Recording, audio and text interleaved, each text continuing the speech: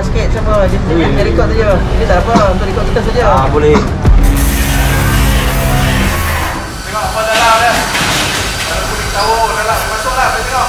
Untuk orang saya pun tak pernah soalan. Tolong anggap curi elektrik ini adalah satu kesalahan jenayah yang berat dan serius.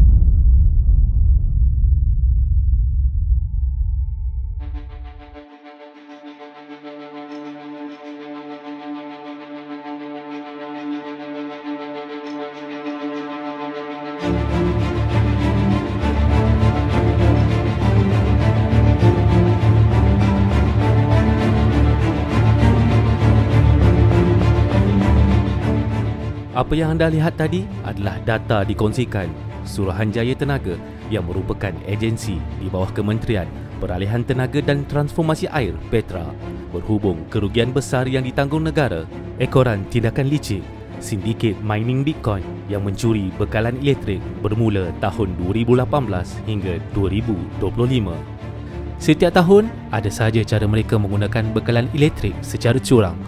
Kali ini sindiket mining Bitcoin menggunakan modus operandi dengan menyewa permis kediaman dan perniagaan untuk melombong wang kripto. Bagaimanapun seperti kata pepatah, sepandai-pandai tupai melompat, akhirnya jatuh ke tanah juga. Walaupun bijak merancang hela, Petra melalui Suruhanjaya Tenaga dapat mengesannya. Modus operandi yang baru sekarang ni, dia mengambil kira tempat-tempat yang mana dari segi pusat komersial dan juga pusat kedai-kedai rumah. Yang satunya sebelum ini kita tengok ialah dia tempat-tempat yang kurang berpenghuni. Tapi lately kalau kita tengok dia dah jadi mixture. Yang ada penghuni pun ramai pun dia masuk, yang kurang ramai pun dia masuk juga.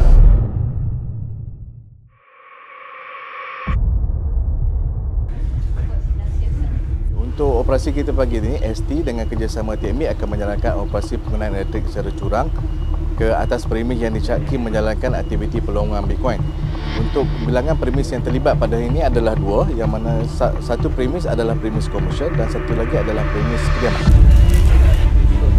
Dua premis di lokasi barasingan di Kelang ini telah dikenal pasti sebagai pusat aktiviti perlombongan kripto yang menggunakan bekalan elektrik secara tidak sah.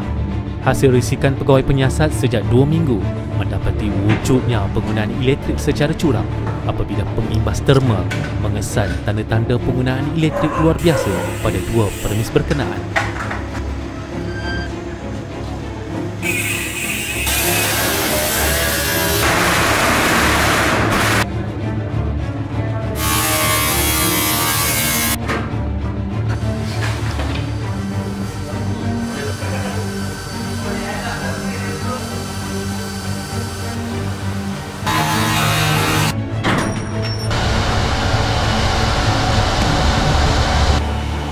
Premis ini adalah premis yang kes berulang dan TMB berdasarkan operasi yang dijalankan sebelum ini memang TMB buat pemantauan secara berterusan bagi premis-premis yang pernah ada kes. Dan ini merupakan kali ke-6 kita buat operasi di sini, yang mana kali ini kita, kalau kita boleh tengok, kita ada sebanyak 50 mesin yang sedang beroperasi lah. Okay, semasa kita tiba di premis tadi, kita mengesyaki kejanggalan di bahagian isolator box ni lah. Lepas kita membuka isolator box ini, kita mendapati terdapat sambungan wayar asing terus ke dalam premis tanpa melalui emitter. Kalau kita boleh lihat di sini memang terdapat sambungan menggunakan IPC lah. Yang mana ini bukan kabel TMB, ini adalah kabel yang disambung untuk pelombongan Bitcoin yang berada di tingkat atas. Bil elektrik di premis perniagaan ini sepatutnya dicas sekitar RM30,000 sebulan. Tetapi kapasiti penggunaan elektrik secara curang ini melonjak hampir 4 kali ganda, menyamai operasi sebuah kilang perindustrian yang besar. Pengarah Jabatan Penguatkuasaan dan Operasi Kawasan Suruhanjaya Tenaga, Ismail Zaili Yusof berkata, sindiket ini dipercayai menggunakan kaedah teknikal yang canggih termasuk pemasangan kipas gergasi, bahan kedap bunyi serta sistem keselamatan berlapis bagi melindungi operasi perlombongan dikesan. Dalam cabaran ST yang terbesar ialah yang pertamanya ialah berkenaan dengan, kalau kita bicara tentang Bitcoin mining ni yang paling utamanya ialah tidak ada satu akta yang khusus berkenaan dengan aktiviti Bitcoin mining. Kalau bercerita tentang kucuran elektrik biasa, ialah berkenaan dengan kesedaran publik. Tak ada kesedaran publik yang bahawa kucuran elektrik ini adalah satu kesalahan jenayah yang besar. Itu problem besar yang pada kami lah. Kita menggalakkan change of tenancy itu. Bila kita sewakan rumah tu, kita walaupun sekarang ini tidak wajib, tapi kita sangat menggalakkan untuk dibuat change of tenancy itu. Bila kita buat change of tenancy itu, sekarang ni TMB dia kena pakai thumbprint. So lagi selamat. Kalau tidak sebelum ini, apa yang kita pernah hadapi, kita akan dapat IC orang yang mati, orang yang dekat penjara, orang yang luar negara. So ini salah satu stopgap measure yang kita harap akan lebih berkesan lah di sebelah sini. Kita akan buat siasatan, kadang-kadang kita tengok, kita perlu dapat maklumat betul lah sama ada siapakah owner, registered owner dekat situ. So apa-apa yang kita dapat hari ini ialah cuma surface saja. So siasatan lanjut akan dilakukan untuk pengesahan dan juga sekiranya betul dibuktikan mereka ini adalah owner, dan kita tengok juga dia sama ada tenancy agreement ataupun tidak, sama ada dengan owner ataupun dengan tenant yang disewakan.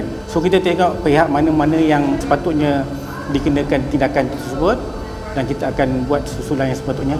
Berkenaan dengan kucuran elektrik ni, bagi pihak penguasaan, dia macam cat and mouse game. So kita kena cuba untuk stay beberapa langkah ke hadapan daripada mereka yang mencuri elektrik ni.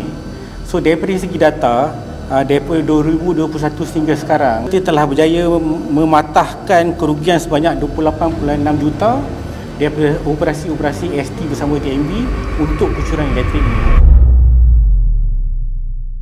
Setiap kecurian elektrik adalah satu jenayah serius. Undang-undang telah menetapkan hukuman yang berat bagi mereka yang terlibat. Kementerian Peralihan Tenaga dan Transformasi Air Petra sebagai kementerian yang bertanggungjawab memandang serius terhadap permasalahan ini, dan agensi di bawahnya, Suruhanjaya Tenaga, sentiasa memantau serta mengambil tindakan terhadap sebarang aktiviti kecurian elektrik di negara ini. Di bawah Seksyen 37-3 Akta Bekalan Elektrik 1990 Akta 447, mana-mana individu atau syarikat yang disabitkan kesalahan akan berdepan dengan tindakan undang-undang. Undang-undang ini jelas, kecurian elektrik bukan sekadar kesalahan kecil. Ia adalah jenayah yang membawa risiko, merugikan negara dan boleh mengorbankan nyawa. Tolong anggap curi elektrik ini adalah satu kesalahan jenayah yang berat dan serius, dan ini sangat merugikan negara.